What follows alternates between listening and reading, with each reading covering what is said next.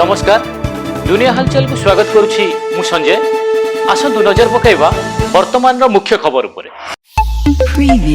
जाजपुर जिलार धर्मशाला block Jenapur थाना अंतर्गत मधुपुर गड़ कुकुड़ा खाली गाँव में झुलंता अवस्था स्वामी स्त्री मृतदेह उद्धार। स्वामी जॉर्ज मल्लिक एवं स्त्री झरणा मल्लिक गाँव में चलुवा अष्टप्रहरी पूजा सारी घरे शोते किछि घंटा पर झुलंता अवस्था उभय मृतदेह मिलता। खबर पाई पुलिस घटनास्थल पहुंची तदंत चलाई एवं तांकरी 2 वर्षर पुओटी सूचना।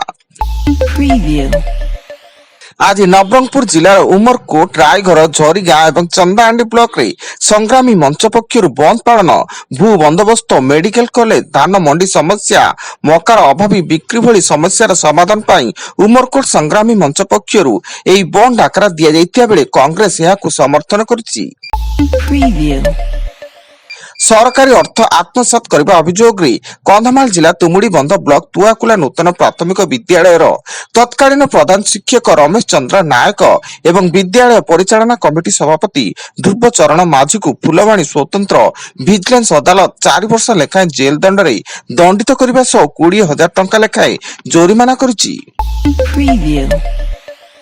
पंजाब तरन तारण जिलार उस्मार माई भागो आईन कॉलेज रे जड़े प्रथम वर्षर आईन छात्र निज सहपाठी को गुली करी हत्या करने पर निजको गुली करिसेंती। समग्र घटनाटी श्रेणी गृह लागितिबा सीसीटीवी कैमेरा रे कैद होइतिया बेले गोलीकांडर कारण अस्पष्ट रहिछि एवं पुलिस सीसीटीवी जांच करुछि। बरगढ़ जिला बरडोल बस्ता फैक्ट्री रे भयंकर अग्निकांड सर्ट सर्किट कारण निया लागितिबा संदेह करा जाउता बेले नियार तीव्रतार समग्र परिवेश धुआमय होई पड़िछि एवं फैक्ट्री भितर व्यापक मात्रा रे केमिकल रेडिस रहितबा जोगु निया व्यापितिबा अनुमान करा जाउछि।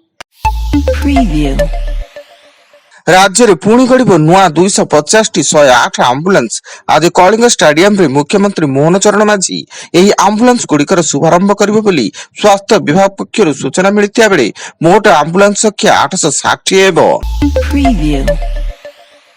धर्मशाला निर्वाचन मंडल बिजु छात्र जनता दलर उपसभापति सौम्य प्रकाश बीजेडी छाड़ी बीजेपी रे जोग देइचंती। सकाळे बीजेडी दल छाड़थिया बेले संध्यारे विधायक हिमांशु शेखर साहू नेतृत्व रे बीजेपी रे जोग देइचंती। सौम्यक सह एकाधिक नेता मध्य पद्म धरिचंती।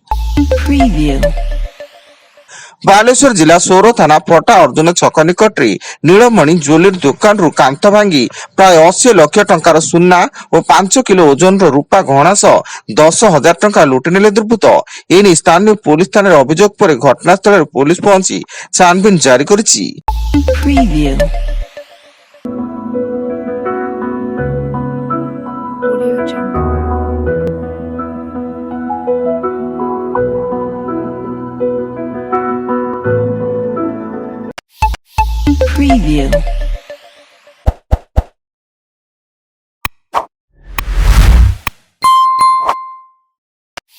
Preview.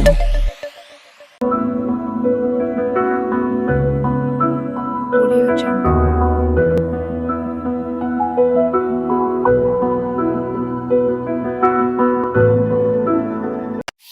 Preview. Preview.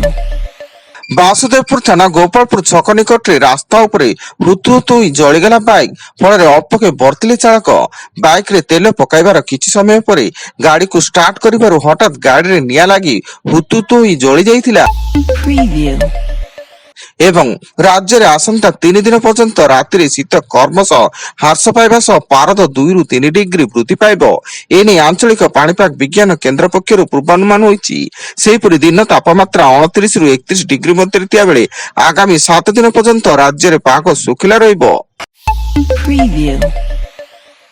वर्तमान पाई एतिकी अधिक न्यूज अपडेट्स पाई विजिट करंतु आम वेबसाइट www.duniyahalchal.in। धन्यवाद।